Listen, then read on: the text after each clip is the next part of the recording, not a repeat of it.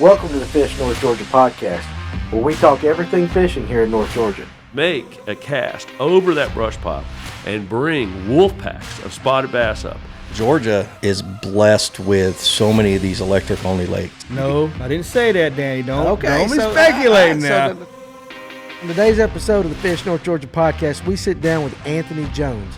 Now, he's the creator of one of the hottest YouTube channels concerning small boats and their restorations and modifications. With over 13,000 subscribers, Anthony covers everything from the basic decking out of a John boat to far more advanced techniques. And he shares with us some of the secrets that he's learned along the way. Now, before we get into this podcast, let's talk a little bit about one of the best things that you can do if you fish on Lake Lanier. If you are serious about fishing on Lanier, then you need to subscribe to Jimbo on Lanier's weekly video fishing report. Guys, the topwater bite is on and will remain strong for the foreseeable future. And one of Jimbo's specialties is chasing spotted bass with topwater over offshore structure. He loves putting his clients on these wolf packs of spotted bass, and in his weekly video fishing reports, he gives you exactly the information you need from the previous week's trips. And he tells you what baits are working. And one of the baits that I wanted to talk to you about really quick is this Spro rock crawler.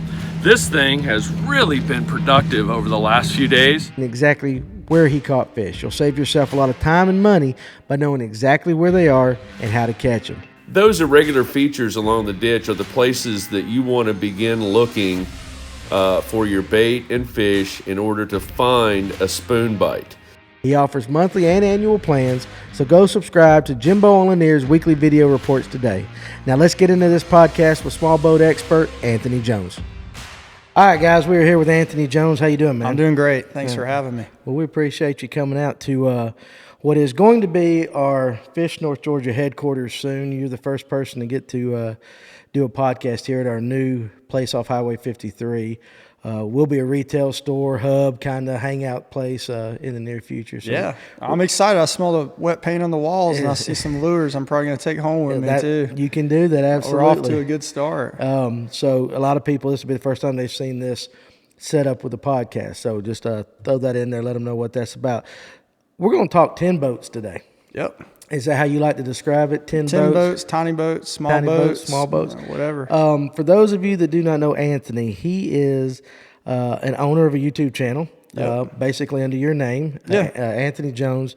But you specialize in, I guess, tutorials? Yeah, it's DIY, step-by-step information, videos, but yeah, tutorials. Okay, it's pretty big. You're pretty big on YouTube. You've got over 13,000 subscribers, and growing. So yeah, for me in the small boat fishing community, it's pretty big. But in the scheme of the YouTube world, I'm a speck of sand, and I understand on the beach. We're a smaller speck of sand, so I totally get that. Now you got an Instagram also as well. Your social media. So I'll let you say it. Yeah, it's A-Dub-D-U-B Jones, and no, I'm not a rapper. It's actually my middle initial is W. Okay. And so when I started that back in the day, that's what it was. So A-Dub Jones. A-Dub Jones. You got Facebook or anything like that? I don't really do Facebook. Don't do Facebook. Instagram. Okay. All right. So, how did you get into doing the small boat world? Small boat world. Well, long story, but I'll try to make it short. So, my wife and I had moved to Jacksonville, Alabama when we were dating. I kind of followed her over there. Right. And we ended up getting engaged. She took a job at Jacksonville State University. She's a Georgia girl. I kind of followed her over there. We ended up getting engaged. We ended up getting married. And the whole time that we were married, or before we got married, I was messing with my dad about him getting me a bass boat. Right. That's when I really got into fishing, was when we were in Jacksonville, Alabama, because there's nothing to do out there. I've heard that. And we were like 10 minutes from the Coosa. And so, there's really not even bait and tackle worth getting. So, I went to Walmart, and this is when I really first got into bass fishing. I got me an ugly stick, got me some Zoom worms. I was just going down the Coosa with a trick worm every day. Right. And so I really had gotten into it, and I kept joking with my dad, like, hey, you going to get us a bass boat? It'd be a great wedding gift. Get us a bass boat. Right. Sure enough, man, we got married, and he showed up with a John boat on a trailer that he hauled over from Oklahoma with a 4-stroke on it. And that was our wedding gift. And it was from my dad It was from my dad and my aunt and my uncle, and they all went in together and fixed this little, you know. I was like, you got a John boat for a wedding gift. Yeah. Now, what was your wife's reaction to a John? She thought it was. My wife's cool, man. Okay, all right. She was like, yeah, that'd be great. We'll take it down to the river, you know, quality time. Okay, so, that's good because a lot of them would be expecting some china. yeah. Or some stuff Well, like I don't that. think she understood how it was going to end up going There from you there. go. All right. So That's awesome, though. yeah, so I got the boat, and we had it for a few years in Alabama, and this was like pre YouTube. I mean, YouTube was around, but I never used it. Right. There was no Instagram at this point, and I think like 2014 we moved back to Athens, Georgia, and at that point I think Instagram was starting to maybe 2015, and I had decided like, hey, I wanted to paint the boat. It just, when my dad had given it to it just had the original, and a lot of bare aluminum was showing. All I ever wanted to do was just paint the boat. And I told her, I'm going to paint that boat. I'm going to paint the boat. When I figure it out and what I want to use, I'm going to paint the boat. I'm going to figure it out. And I don't know, one day I got serious enough, and I don't remember if I got on YouTube. I remember I got on Instagram because Instagram had just started and somebody was showing me how hashtags worked. Right. And I typed in like John boat. And sure enough, it pulled up Fire Ant Fishing, and he's local to the state of Georgia. And I started watching some of his YouTube videos, and he was going crazy on his 16-footer. He had aluminum framing. He had a full live well that he had purchased and was sticking in this thing, and foam and plumbing and wiring. And I was lost just looking at it. Right. I was like, man, I don't want to do all that. That guy's crazy. I just want to paint it. Right. Well, now we see where I'm at. Right, absolutely, yeah. But that's how it all started, and one thing led to another, man. I got that addictive personality, and I just started going with it. And it's somewhere in the middle of all that, I decided I wanted to kind of document it, to not only help people, but kind of for me to be able to reflect on the process. Because a long time ago, I used to be into cars and motorcycles, and I have like nothing from those days. Right. And just a few pictures, and I thought it'd be cool to kind of have that process. I didn't really intend for it to kind of go to the direction it's gone, but I'm going with it. So Yeah, no, that's awesome. Before we actually get into the boats, you mentioned that you're back in Athens. yeah. Well, now I live in Jackson County. Jackson County. Yeah. But you told me beforehand you work with the company, I guess, that works for the University of No, Georgia, or with the Yeah. university itself? I'm actually an athletic staff employee for UGA Athletics, and I'm in the athletic turf. I guess is our category within athletics, but Right. Athletics is his own entity separate from the university. Right. So all the time it's like, oh, you work at UGA? Do you know such and such? I'm like, who's he? And he's like, oh, well, he's a plumber over, and I'm like, nah, man.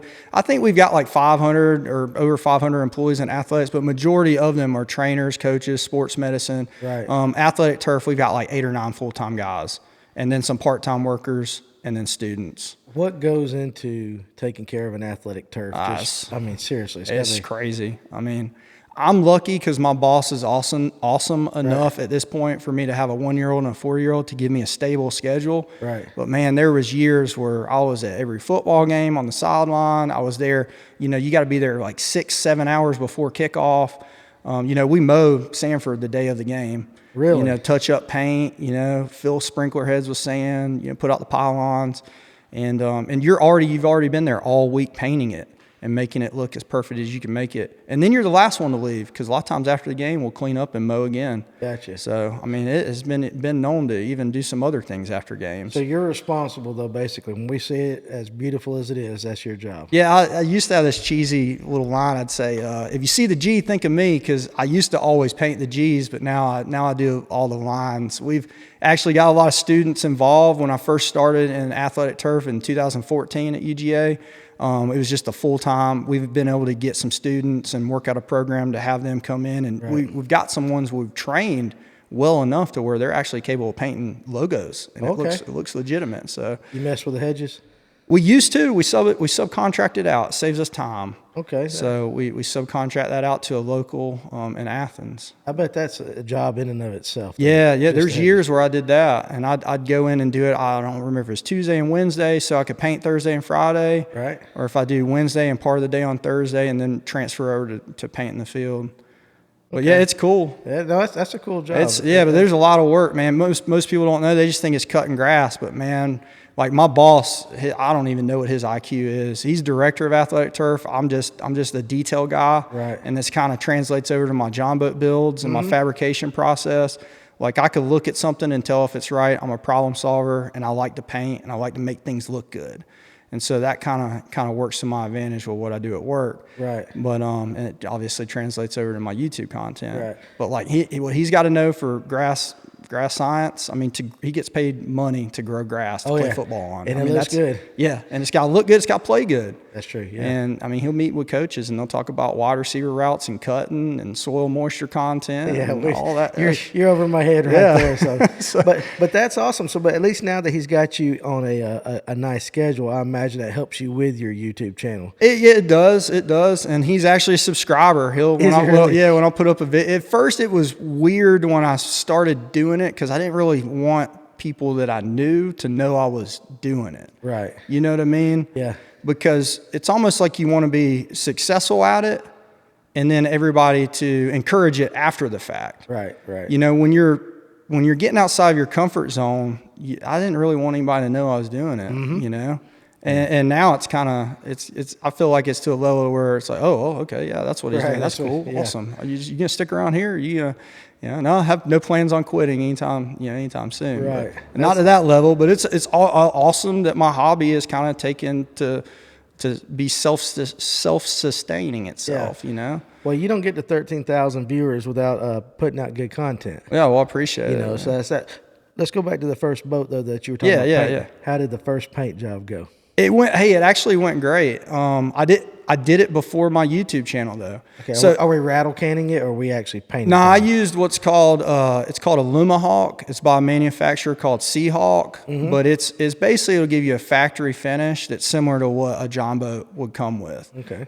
It's some sticky, nasty stuff. You cut it 10% with MEK. You spray it out of a gun. I use an air compressor in a gun. But even on that, it's a DIY deal because I went to Home Depot. I bought a $45 Husky gun.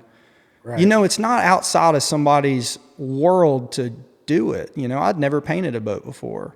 Sanded the heck out of it with a palm sander, scuffed it up, cleaned it real good. I did buy some, I mean, it's $80-something a gallon of paint, you know. Right. A lot of people don't want to put that much into a John boat, but I did. And well, I know a lot of people that do. Yeah. And we'll get to that. Yeah. We'll get to that. So you saw that and you said, okay, I had some success at that. How about your first video? Okay, so let's backtrack. Right. I started working on the boat. I did not have a YouTube channel. Gotcha. One of my first videos, my first video series was my live well. Because I'd already done work on the boat. I'd already painted it. I'd already started building the casting deck. I'd already done some carpet work. But I realized, like, hey, man, this thing is going to be crazy. You know, in my opinion, crazy. Right. Now, and here's the thing. Time moves so fast that when I was building this boat, you know, there wasn't a whole lot of guys doing that. But now there's a lot of guys doing that. Absolutely, and that's just how it goes with social media and YouTube. And, you know, people see it and they replicate that. And then somebody else pushes the envelope. More and more people get involved and keep pushing the thing. But when I was doing it, I said, man, it's now or never if I want to kind of document this and kind of show off the process. You know, I want to do it now. So I did it with a live well. Okay. And it was a 2-part video series. I've got a 15-gallon live well that I put in the rear bench. But it also has a cooler system, like a mating unit. So it's got the live well, and then beside it, I've implemented a 18-can igloo cooler that I fabricated and mocked in to be a chill system for the live well. Okay. Which was not my idea. I had seen it done, but you know, I wanted to do it. And so it's got 5-foot of braided hose going through there. You put drinks in there, fill it with ice, and then it'll keep your water temperature down as it recirculates. So okay, so you went overboard with your very first one. I mean, you went all out. I did. But I mean, that's just my if people that know me, it's no surprise. Right. Way back, I mentioned earlier, you know, used to be into cars and motorcycles. Like my car was pretty crazy. It was like a show car. I mean, it was a show car.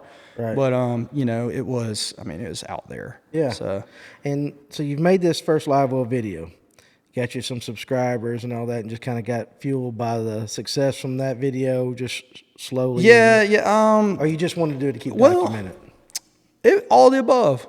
I did it, and we mentioned earlier off camera, I had like 256 views on my first video, like the Right. first week or something. And I was excited. I was like, man, there's 256 people out there watch this video. Yeah, I do that now. They think, and that was, to me, it's, now if I told you like on a slow day, how many views I get on a slow day, it's mind boggling. It's like, sometimes I don't know what it would be like to be like a guy that's got 100,000 or 400,000. So it's just, Right. to me, it's Right. crazy the people that are watching on a daily basis what I already have to offer, not to sell myself short, but yeah. So I did the first couple videos, and I just wanted to keep, I got a good response. Like, people were interested, and I'm not the first guy to ever do John boats on YouTube. Right.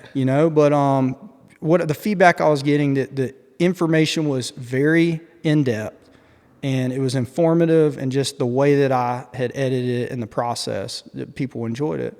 And again, not the only one to do it, but I decided to just keep going with it. And I like documenting it. And as time grew on, I kind of was able to implement my creative side. Like, I'll use music in my videos. I've gotten better at editing and doing cuts, and and again, I'm an amateur at all that, but it's just fun. Yeah, it is fun. It's a fun thing to do.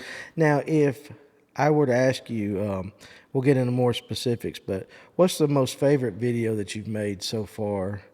Or is there one that stands out to you, or I won't say. I I won't say. There's ones that I've done that I thought I would do a modification or do a video and dump my soul into it, Right. and think this is going to set the world on fire, and it not get hardly any views. Yeah.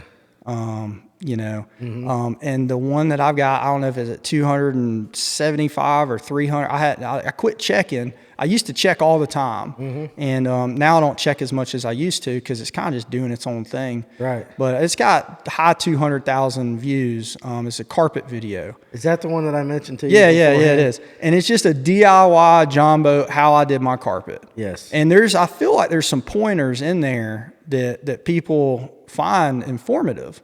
But that video, why that's so cool, it was the last hatch, the one for my live oil cooler. If you watch the video, you'll see it's the very last hatch in the whole boat. Oh, this is of your first boat. Yeah. Okay. It's the all very last hatch of that boat, and I was doing it, and I was like, oh man, maybe I should do a video on, like, just spur of the moment. Everything else I would plan out, and I'm like, I'm gonna do a video on this. I'm gonna do a video on that modification. Ooh, that's a good idea. We'll do something on that. Like, this was just that day, and I was to the last hatch, and I was like, oh man, maybe I need to film a little video on how I'm doing this. And that was the one. And I don't think I really edited much out of it. Like, I did the clips and combined them in a free app at the time I wasn't even paying for. Right. And that's the one that's pretty much my bread and butter of my channel. It's funny that it almost never happened. It's funny. Well, that's interesting. It's funny you mentioned that, because actually earlier today, Josh and I were sitting before we moved everything over here, and I pulled it up on the computer. Yeah. And we were watching it where you got to talking about the carpet, the different color with the carpet. Yeah. At the thing. And we was like, wow, because never thought about that. Yeah. So maybe just people that are out there listening, I'm mentioning it, what it Yeah. is. Maybe tell them a little bit about that. And they can go watch it on your channel. Yeah. But it's pretty interesting. Well, I had noticed, because I'm detail oriented, and OCD is anybody that's Right. I had noticed that I did one hatch, and I put it in the boat, and it looked a little bit different, and I couldn't put my finger on it. I was like, what? That was the same carpet. I didn't understand. And what it was if you lay the carpet out on the ground, I had cut one square out, and it was running reversed of all the other parts in the boat, and the light was reflecting off the carpet, and it gave it like just a shade different gray color. And you can see that in the And video. I saw it, and I said, man, that is weird. And I just problem solved, and I figured out that for some reason, the way the light hits the carpet, if you start flip flopping your pieces, then your boat's gonna be 50 shades of gray. Yeah, absolutely. And that's true. And so I ripped it off because it bothered me. And there's probably guys out there that don't care as long as I got carpet. But for me, if I'm gonna take the time to do it, I want to do it right. Yeah. And it was one hatch, and it sucked to rip the carpet off and have to redo it, but I did it. And then so when I made that video, I was like, man, maybe I need to include that and demonstrate in the video, how I'm doing it. And I did, and I think that's one of the biggest things. Yeah, everybody needs to go watch that video, just because, seeing it, Yeah. seeing it. It's one thing to hear you say it, but to actually see it. Yeah, And it's true. Oh, you could see it. Yeah, Josh was like, look at there. Yeah, because Absolutely. at the time I hadn't attached any of my hatches for my casting deck, and so there's nothing was hinged. And that's all I do is I simply flip it, and the sun it was late afternoon. It was hitting just right where you could see it, and you could see it in the video. Yeah, and so it's incredible. How many different videos do you have on your channel? I don't know if I broke 60 yet. 50, high 50s, I think. And most of these are geared towards are they fishing related or just a John boat in general? Yeah, I got like one fishing video just because I want to strap something on my chest and just see what it looked like. Right. And I did that, and there's like no views on that. Yeah, and that's okay, you know. Right. I mean, I wanted to do it. So Are your mods though? All your things that you're showing on your channel, will these relate to a guy that's fishing in these electric only lakes, or is this more for joyriding, stuff like that? Just kind of.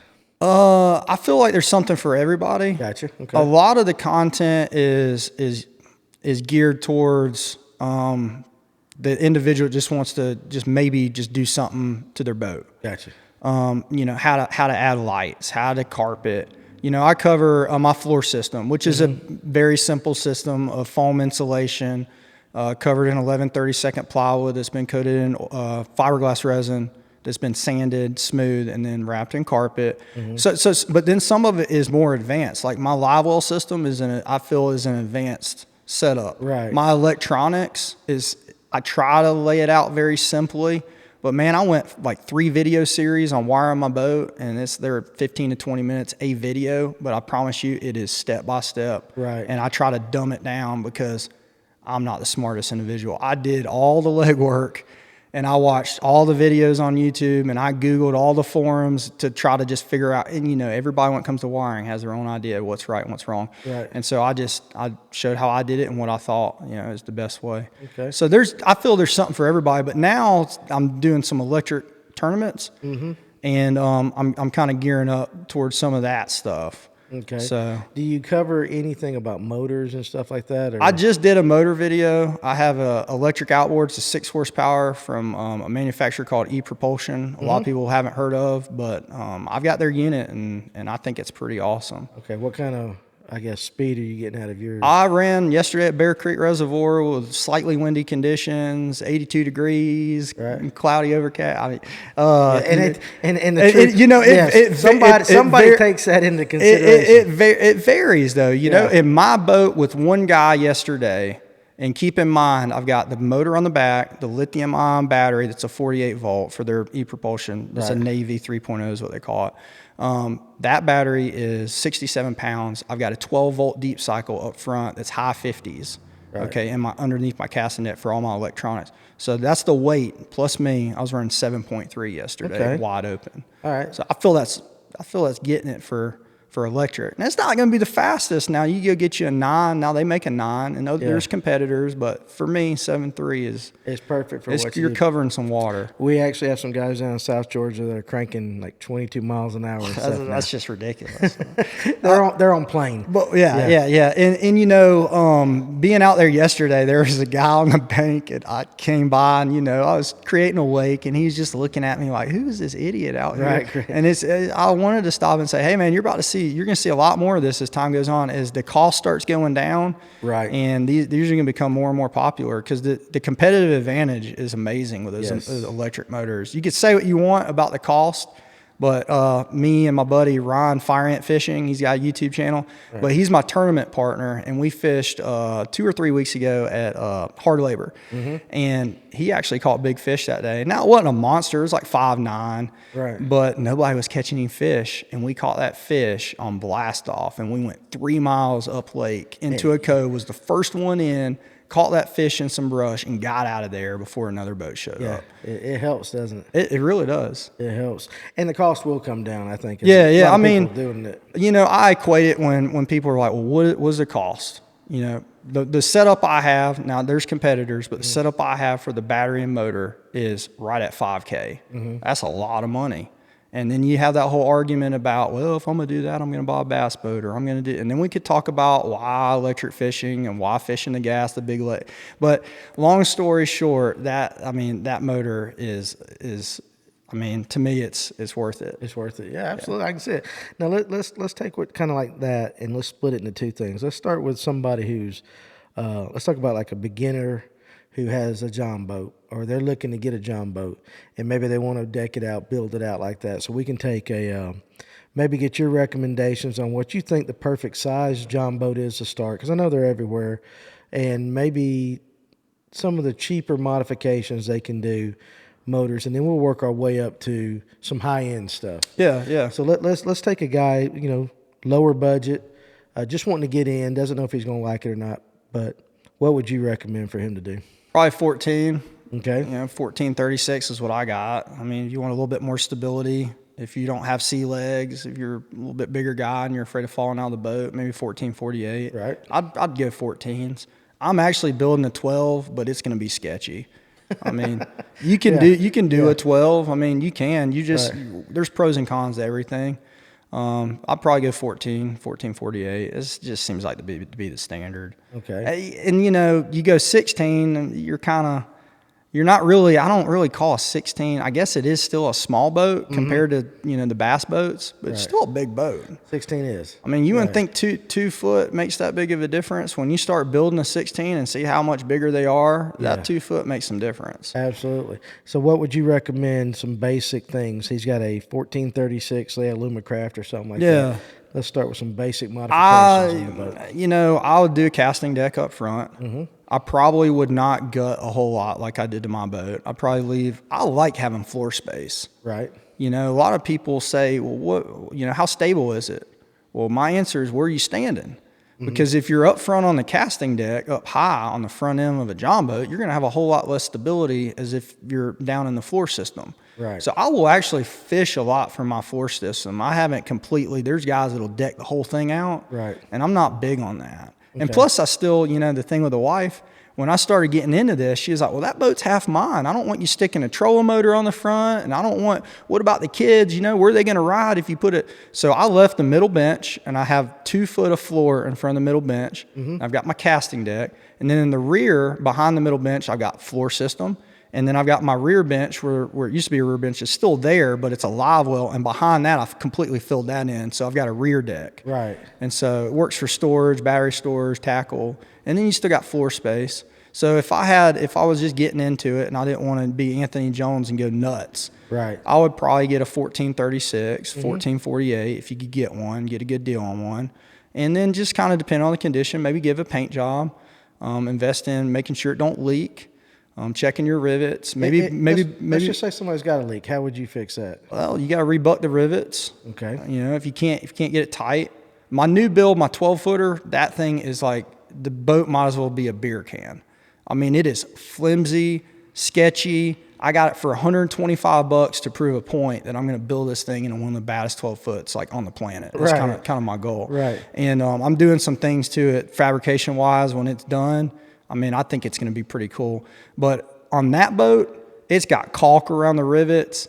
So I'm going to wire wheel everything. I'm going to try to rebuck some of them. I'm going to come back in with some aluminum and try to structurally support some things so it don't flex so much. Right. And then on that boat, I'm going to run a bottom coat from a company called Fastco. It's a super slick 2000 bottom coat. They use them a lot on like airboats. And so that it's epoxy. Right. And so it'll seal up. So yeah, you could go that route too. So rebuck it, replace the rivet. I would always recommend leak testing. If the guy's nice enough you're buying the boat from, see if he'll let you fill it up with water in the driveway. And is that the best way to leak test one? Just fill it up from the inside? Yeah, that's what I do. Okay. And so now you've leak tested it. You've got a way to fix it. Carpet, I guess. What are we talking about? Some low grade carpet? I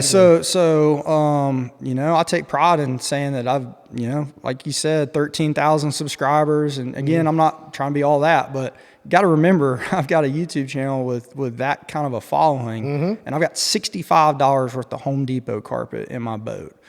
That's your boat again on that video. Yeah, that's right. yeah. You saved that in the video. Yeah, I didn't go with let me get online and order some really nice bass boat carpet. I didn't get, any very budget friendly. So that's why I say, like, my channel's got some advanced techniques for some guys that's probably going to be too much above their skill set or their fabrication or their cost that they want to put in their boat. But then I've got some other things that are totally DIY, low budget, kind of a blend. Because when I got into this thing, I wasn't trying to spend a whole bunch of money. It escalated over time. Right. But again, at the end of it, I still have more in labor than I really did to the money into the boat. Right. Even when you look at it, a lot of things that are on the boat, it doesn't cost a whole lot. You mentioned insulation between the rivets. Are you talking about the pink? Like the pink foam You can insulation? I used Artec. It's a closed cell foam. It's white, but it's got that I don't know if it's it's got like a foil. It's supposed to insulate and then reflect light. I mean, I'm not an expert on insulation, but So yeah. you put that down. Yeah, so I used it, and it comes in quarter inch. I doubled it up to create half inch. Excuse me, and that equaled, or maybe I bought half inch and it equaled an inch. I forget more than that's why I do the videos. I literally watched one of my videos the other day to remember how I did something, because I had to fix something on my boat when I was doing a rebuild for this new motor setup. Right. And it was my hinges. I was like, how did I do that? Let me go back and watch my video. How I put, no lie. And but yeah, so maybe it's half inch. It must have been half inch Artec, and I'll glue them together to create 1 inch, and then that equals the height of my rib. Right. And so it's a floating floor. So I'll insulate in between the ribs, and then I'll cut my plywood. I'll seal my plywood really good with fiberglass resin. Okay. And then I'll sand it kind of smooth, not only to smooth out the resin, but also to give that carpet glue something to bite to and grip. And then I'll carpet, and I'll lay it in there. I don't even, you can attach it. You can screw through and hit a rib if you want. But the way mine does is it floats. It lays in there. It's not secured to anything. My side, I have little hatches on the sides for my electronics. Right. They drop in and they lock in. They hold the floor system down. Okay. But if you're just a beginner, you could just do a floating floor system. It could be removable. You just add a couple screws to tie it down to the ribs. But kind of to go back to your original question was 1448, probably a small casting deck. I'd probably frame it out of wood. Right. 2x2 Western red cedar. Seal it real good in oil-based enamel. Do you a deck. Half inch will solve a lot of problems. I ran 11/32 on my boat because I was just trying to shed weight. Right. But half inch will solve you all the headaches that I went through to make that happen. And do a little deck, put you a trolling motor, do you a floor, carpet, use some insulation. And, as time goes on, you might want to do more to it. Okay. And simple electronics on that, maybe. I always recommend a bilge pump, a manual bilge or an auto bilge. Yeah, you could do some LED lights if you want to. You could get you a small a little relay or fuse box. On all my videos, I'll link in the description everything I used in the video. Right. And it's not that I want to become an Amazon millionaire. It's just because I get so many questions on that I just started linking all the stuff. Right. And so, and then also, so that my subscribers know, like, if I'm using it, like, this is what I recommend, and I'll tell you if it's junk. If I use it, I'll let you know, like, hey, I bought this and it's junk. But most of the time I try to, because I am the person I am, I try to make an informed buying decision. So I'll get online, I'll read, I'll see what other guys are using. I'll see what works, what I think will work, or what the best product is, and then I'll go from there. What's the most popular question you get? Probably paint. Paint. I get paint a lot. Would you paint your boat? Would you paint, or the size of my boat? I'll get the size of my boat a lot. Gotcha. Hardest question to answer from a lot of guys. What's the hardest one? Yeah. Aluminum or wood? Because I'll get into a long discussion about aluminum versus wood. Okay, well, let's have it. I was waiting for you. Waiting for you. Get right. So, So my first boat that I built, I dubbed it the Top Gun John boat. That boat was built out of 2x2 Western red cedar. I chose cedar because if you know anything about construction, you know that it's very moisture and rot resistant. Natural capabilities of doing that. This is why we use it in exterior grade construction. Right. So, there's a lot of downsides to wood, but there's a lot of pros. So wood is going to be less than aluminum. For me, wood was less intimidating because I used to do a lot of construction. I started in college framing houses. which is why I had all the tools to do this. I've always kind of been in and out of construction. Right. And so for me, aluminum was kind of intimidating.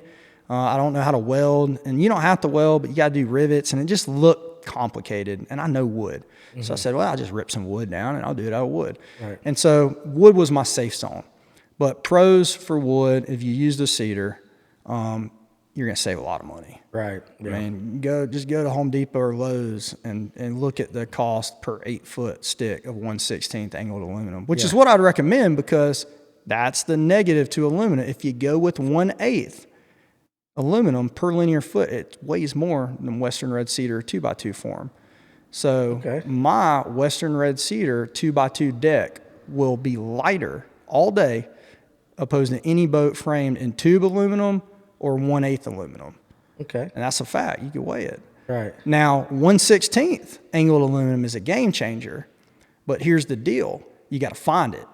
And you got to use the bigger stuff, the 1.5 by the 1.5. And then you got to put more structural supports, because when you span those long runs, it's going to flex.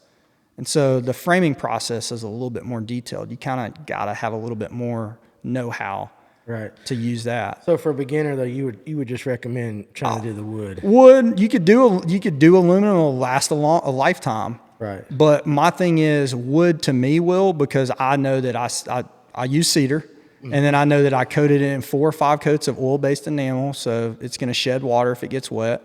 And my boat's garage kept, So, Right. I mean, when you get the argument, oh, wood, aluminum, well, are you going to have your boat for 50 years? I mean, Right. I think I could sink my boat and let it sit in the water for a few days and pull it back out and still be able to salvage a lot of it, honestly, the way I built it.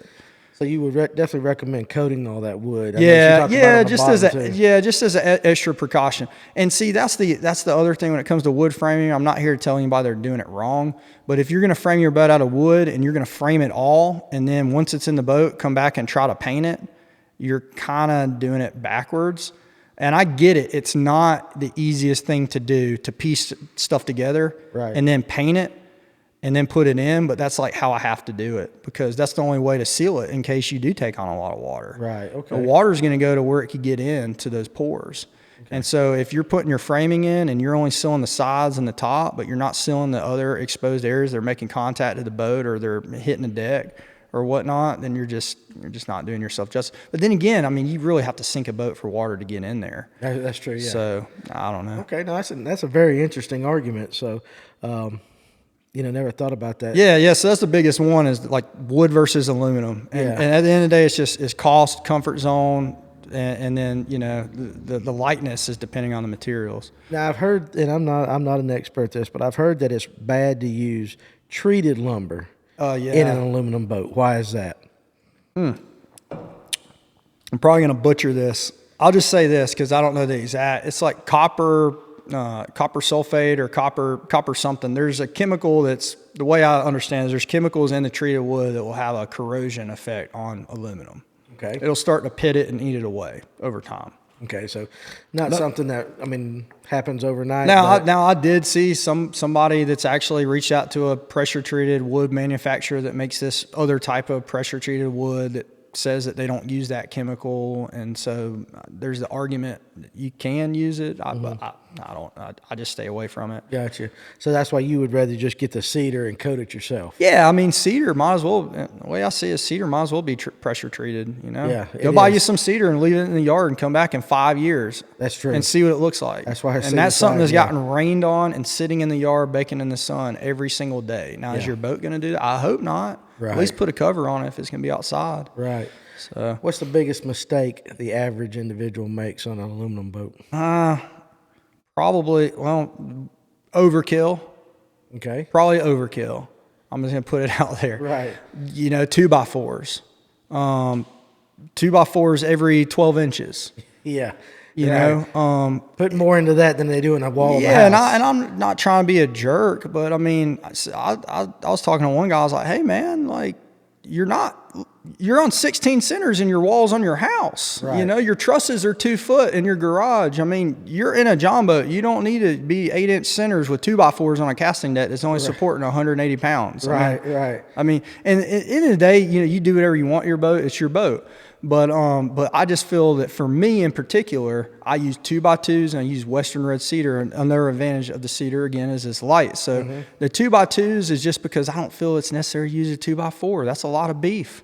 That is, you you're know, right. It adds a lot of weight. So I to it. frame out of 2x2s. And the other thing is this: like with a 2x2 in my boat, if you take an 8-foot stock of cedar, and I get it in an 8-foot stock and I rip it, and so now I'm getting 16 linear foot out of a 2x4 cedar. Okay, say I've got like, I don't know, I'll just spitball, like 80 linear foot of wood in a boat build, and it's 2x2. And you've got 80 linear foot, we built the same boat, but you used all 2x4s. My boat is half the weight of your boat. Right. If you're using pine weighs more than Western red cedar. You might be double, but over double. Right. You know, you might be 65% heavier. And, you know, when you're talking about electric only fishing and these guys are manipulating batteries and spending big money on ion, you know, lithium ion, I mean, that adds up. Absolutely. So That's where I was getting ready to go with next. The average guy that we see out there has not yet quite got ready to make that purchase of that big, larger electric motor. So a lot of them are using trolling motors. yeah. And I know there's a science. I've seen guys, you know, they'll take a battery and they'll figure the amp hours and the motor. And we don't have to get into all that. But would you be able to recommend, you know, in your experience, what would work for the average guy that just wants to power his let's say he's got a 1436, decks it out a little bit, simple, couple trolling motors on the back, or maybe one on the front, one on the back. Yeah. What would you recommend on that, just for an average Saturday guy that just not competition? Yeah. No, that's what I had before. And I ran 12 volt, believe it or not. But, you know, my money was in my battery. And I had a really good, you know, a big plug to J&J Batteries in Jackson County, right by Bear Creek. But I got a big battery from them. And, man, I ran that thing all day, 12 volt. And I had a 55-pound rear mount trolling motor. Right. And so, I mean, you could get away with that. Now, if you want to upgrade and, you know, do something bigger or better, but, you know, I had a real good battery on a 55, and I was running like over 3 miles an hour, you know, and then up front I had another deep cycle. And so, but that does all my electronics, but you could easily put a trolling motor up front, like a 45, you know, something budget friendly. You get like a Minn Kota for $500, and you get one used on Facebook, you know. Absolutely, they're everywhere. There's a lot of options. You could build a really nice electric fishing boat, get you a 1436, 1448, get you a used boat. You know, if you don't care what it looks like and you just want to fish, put you a casting deck on it and do it the right way. You know, you could do that for. You do your carpet, do all your wood and everything for well under $100, and then get you a trolling motor, get you a used one. You know, maybe buy your front one used for a few $100, get you a brand new rear one, or vice versa. I mean, dude, you could build a nice boat for under $2,000. Yeah, you know, can. and you could be out there. There are a lot of these electric only tournaments now. You don't have to have a live well. You know, they're kind of going off the kayak bass fishing format where they're doing the apps and you're taking the pictures and you've got the measuring board that's like, I don't know, sanctioned or specific measuring board. Right. And, you know, I just bought one like a couple weeks ago. Yeah. And that's probably the way it's going to end up going sooner or later. And I got a live well, so but I'm not using it now. I think eventually they'll do away with weighing in and it'll go all by length and all because fish care and stuff like that.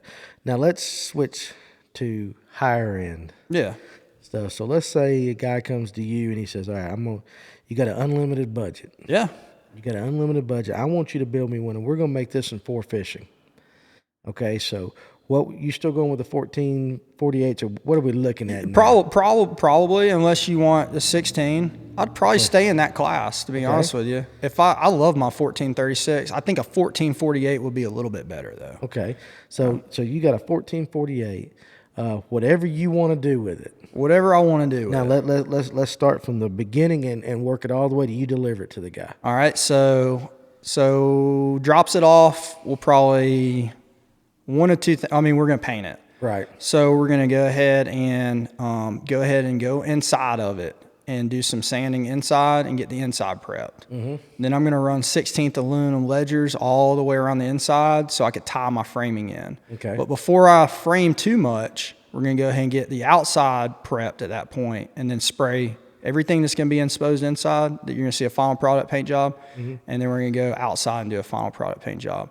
Either take it to a body shop and do a single stage, or do something similar to what I did on mine with a Seahawk Alumahawk to give it a matte finish, pretty much a John boat, a true finish. Right. You want a gloss sheen, then we could do that as well. But a couple of different options with paint. Probably do a bottom coat, just because I feel like it's going to make it shed water and cut better, and then give you more beef when you're hitting stuff. Okay. So A little protection. Yeah. And I mean, fishing hard labor, we were running over all kinds of structure. Yeah. So you go in them coves, man, it's mind blowing how much stuff's down there. Absolutely. And you get backed up in a corner, the wind starts blowing in one of them little boats. I mean, I'm not power poling it, you know what I'm saying? So What do you think about those since you brought them up on What, power poles? Yeah, on an aluminum rig. Well, I was going to get there on this one. Okay, I mean, you got right. unlimited. We're going to Okay, we'll get to that. Yeah, then. but yeah, we'll go ahead and do a paint job, and then we'll come back once we got the paint job. Then I'll do the final framing inside, do it all 1/16 1.5 by 1.5 aluminum. Right. Obviously, add plenty of storage. I've got a buddy up north that I've the beauty of the YouTube and the social media thing is it's connected me with a lot of different people in different places. Right. And it's connected me with an individual in Washington that's a CAD designer that's actually CAD designing things on computer for my new boat build that I'm doing, custom stuff that's you can't buy. And he's sending the templates to Nate, which is my fabricator at Nate's Custom Boats. And Nate can weld the parts and then ship them down to me. And then, But what I was getting at is Nate's doing these hatches. And so he's doing prefab hatches that are just like you get in a bass boat. They're drop-in. So they comes with a hatch already hinged and already attached to the surround, and then they've got the channel inside. And so I'm going to frame everything to the specs of the hatches. Nate can build them custom to order for me. So we're going to go with all aluminum hatches, probably use aluminum decking on that one. And then we're going to run C-deck. There's different manufacturers, but I think I'm going to run C-deck on my 12-footer that I'm building. Okay. Run C-deck, no carpet, all aluminum 1/16, beautiful paint job. Of course, we're going to do a live well. Right. If we're electric fishing, we'll do an electric outboard. I'm running an e-propulsion Navy 3.0. I mean, they make a 9 horsepower. I've got the 6. Of course, there's competitors that make electric outboards as well. If you're going to tournament fish electric, I would suggest an electric outboard now that I've seen the light. Right. If you got the finances. And then the power pole. Power pole makes a micro power pole, but there's some guys pushing the limits with DIY power poles. And with actual buttons and actuators and, crazy stuff going on. Right. I'm not that engineering guy yet. So, I don't have the time to go down that route, but I may at some point. But I think it would be cool to have a shallow anchor system on, a electric only fishing boat or a John boat in general. Yeah, so. There's a lot of the guys out there that seem to have them these days. Now, whether they're DIY or they buy them premium, I don't know. So, lithium batteries, I assume. Yes. Okay. Yeah. And maybe for somebody who has no idea the difference between lithium and lead, what are the advantages? Well, gosh, man, this whole motor thing is given me a lot of knowledge. Right. I knew nothing. If we were having this conversation when we initially were going to have it, right, a couple months ago before the COVID stuff hit us, right. I wouldn't be able to tell you. But now that I have kind of had to learn about these motors and these batteries, the advantages of lithium again, I'm not an expert, but the weight is it's, I was talking to a friend today and, they're running 48 volts and they're running golf cart batteries. Yes. There's nothing wrong with that, but they're 90 pounds, I think, each. Yeah. And you get 4 of those, Yeah. Now, I dropped out of college. That's 300 something pounds. 360. Josh and I had a conversation with a guy. I heard a guy on a tournament. The guy had 11 batteries in his boat. And I don't know if they were lithium or not. I hope they were. But, he was talking way over the boat. It was some crazy amount of weight. Yeah. So, let's just say you're running lead acid. And you're running 48 volts. And so you got 4 batteries. Let's shortchange it and say it's 300 pounds. Now I'm running my lithium 48 volt, and I demonstrate in my newest YouTube video. I'll weigh that battery. It's 67 pounds. Okay. So that's your first advantage is your weight. Now let's talk disadvantage. Cost. Yeah. Cost. Until the technology increases and the cost can come down. I mean, you could buy those lead acid batteries for a few $100 each, brand new. You know, so if you buy 4 of them, you're in what, $800. Right. You know, my battery, well, the new one they're about to release is going to be $2,000. So Seriously, for one. yeah, for one. Okay, Yeah. that is a jump. That's quite a jump right there. I mean, it is what it is. So, and I've even talked to guys about costs. And I mean, it's just one of them things. As time goes on, maybe the cost will come down. I've even heard of guys building their own lithium batteries for around $1,000 just to build your own system. So I know nothing about that besides YouTube commenters that have commented on my videos stating that they've done that. I have not done any research on how you even go about building your own lithium-ion battery. Okay. So, but do you think in the future though the cost of the lithium is going to come I think down? so. I think so. I was talking to somebody recently, and I kind of, what it reminds me of with some of this tech, and it's with everything. It's with cell phones. I feel like it's with a lot of different things. I remember in 2014, I bought a Vizio 32-inch flat screen. Might have been 2015. I just moved to Athens.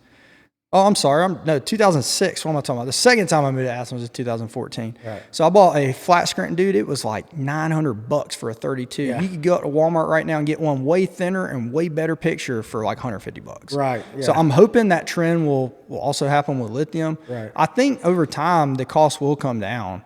It's already, the manufacturer that I'm working with is ePropulsion. They make a battery that I have. It's a Navy 3.0 battery, or it's the Navy 3.0. The battery is called the Navy. Right. It's a 3,000 kilowatt battery. It's 48 volt, and it's $3,000. Okay. But this is one battery one battery. But their new 48. battery they're coming out with is called the E80. Okay. The E80 is actually 33% more power. Okay. It's a 4,096 kilowatt battery or watt hour. And now the new battery is actually $2,000.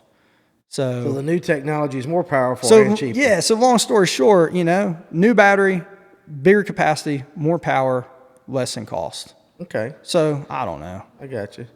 If you could pick one thing to put on your boat that you left off.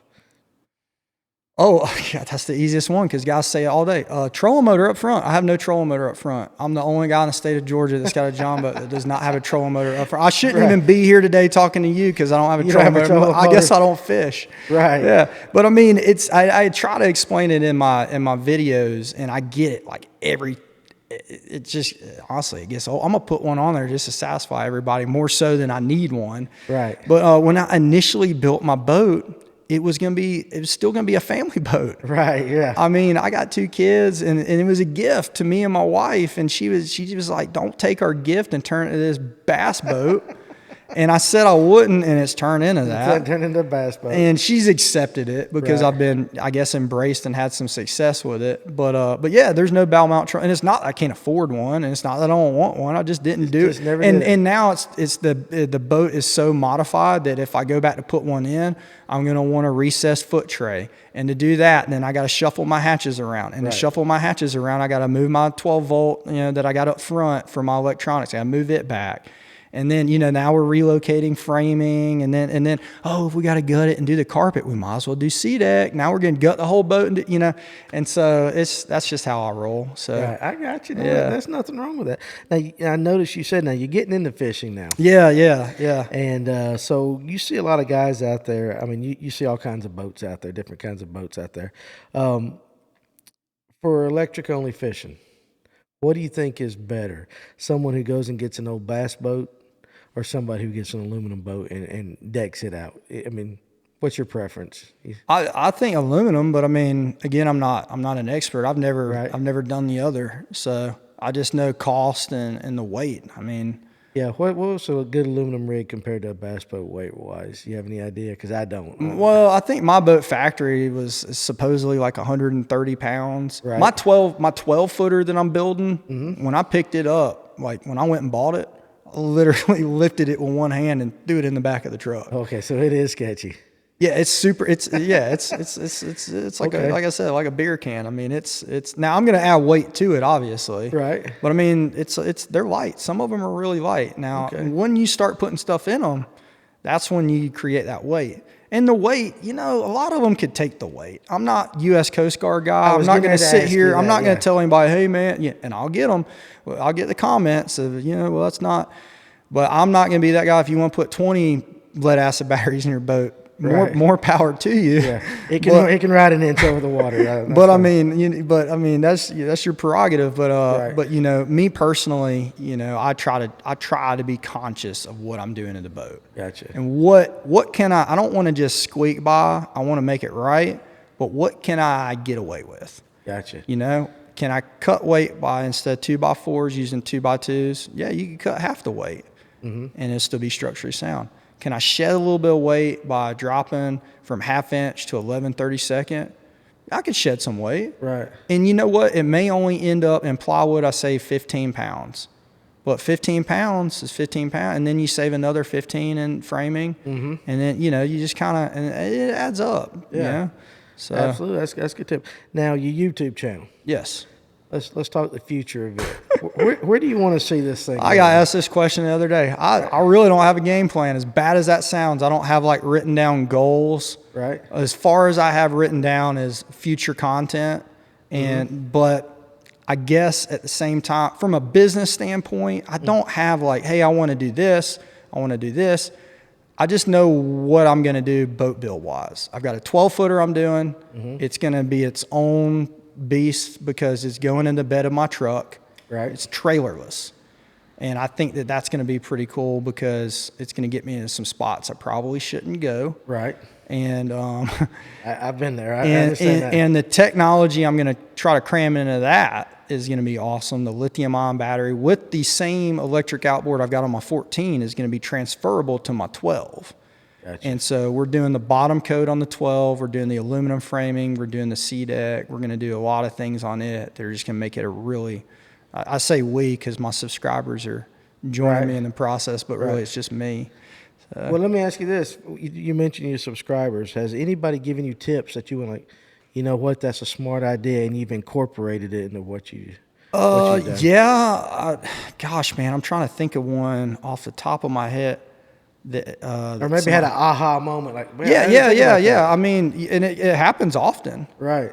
I mean, I always welcome constructive criticism, or if somebody knows, dude, I don't know it all. I'm just a guy on YouTube that's filming what I'm doing that I think is right. Right. And I think I'm right a lot of the times. It doesn't mean I'm the best, Right. And when I say that, sometimes people think I'm trying to be humble, but I'm really not an expert. This boat that you see in the majority of all my videos is the first boat I've ever done.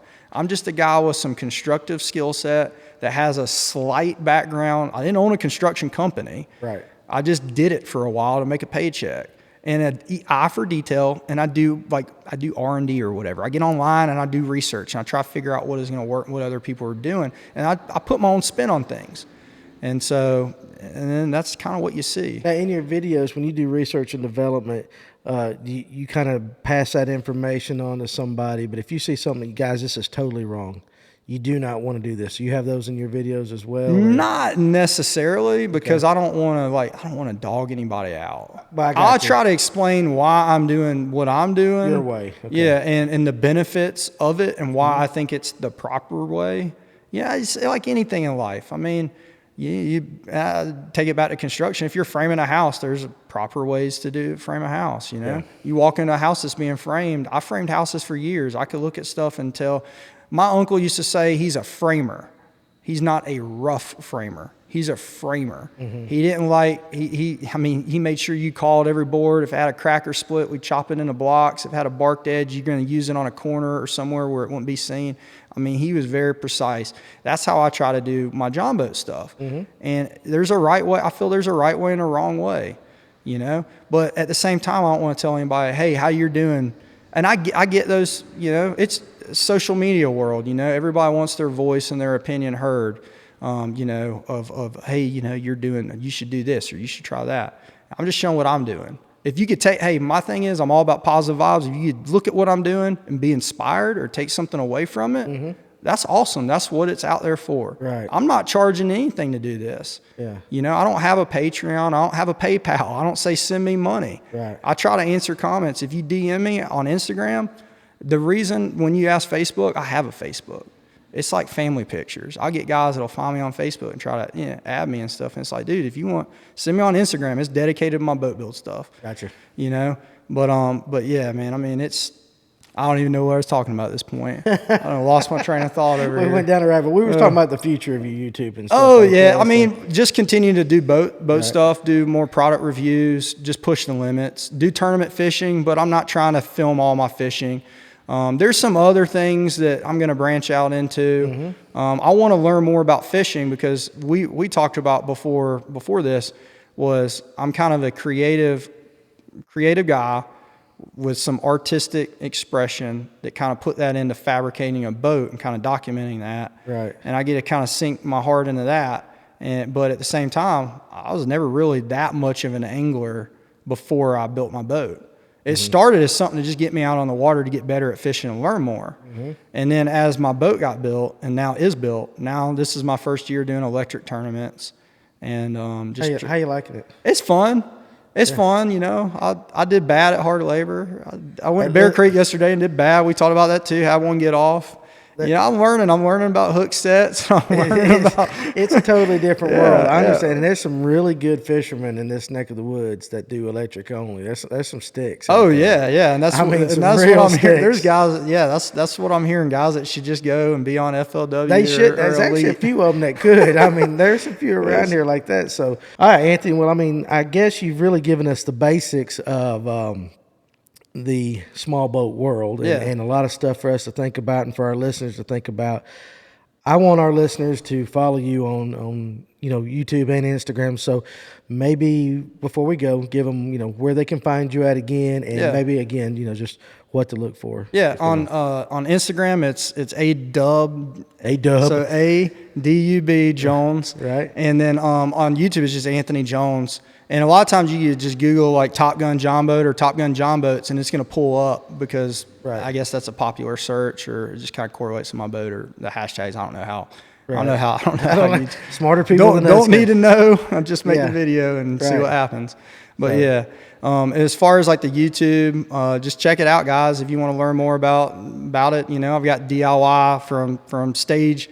From 1 to 10. So a little bit of something for everybody. And I got content coming that's going to be more about the electric motor and outboard stuff and more about the tournament fishing and, the higher end tricking out the boats. I may have a client build in the near future. I'm in discussions with somebody if I could get my shop built and find more time to do that. That's going to be it'll be a crazy boat if I do it. Guys, I tell you what, this is an interesting cat, and I'm telling you, if you just go on his YouTube channel, the very first video that pops up is the one that's talking about your first boat, the carpet thing. It's right there front and center, and you don't get into it 6 minutes, and you can see the attention to detail he's talking about with this carpet. So if you are a guy that's interested in building a John boat, getting good information about building a John boat, and maybe learning these little things like the carpet. Yeah. Because I bought that same type of carpet and never once thought to even look about the sheen. So, if you're one of our listeners out there, you need to check out this channel. Give the guy a subscribe. And it's one of these channels I highly recommend because you'll learn.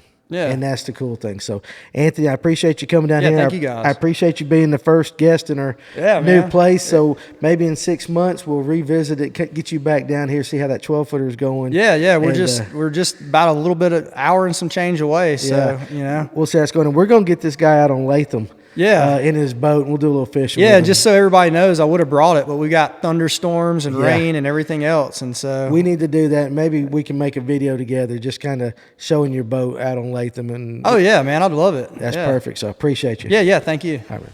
We hope you enjoyed this episode of the Fish North Georgia podcast, and we hope you learned something. We hope you were entertained. So if you're checking us out on YouTube, make sure you hit that subscribe button, and you also can subscribe to us on iTunes and Spotify. You also can follow us at Facebook at Fish North Georgia and the Fish North Georgia group. Join both of those so you don't miss any of the latest conversations. You can give us a follow at Instagram on Fish North Georgia and on Twitter at Fish North GA. Guys, if you're interested in a lot of good products from a lot of North Georgia manufacturers, you can check our online store out at fishnorthgeorgia.com. And guys, we hope to see you soon.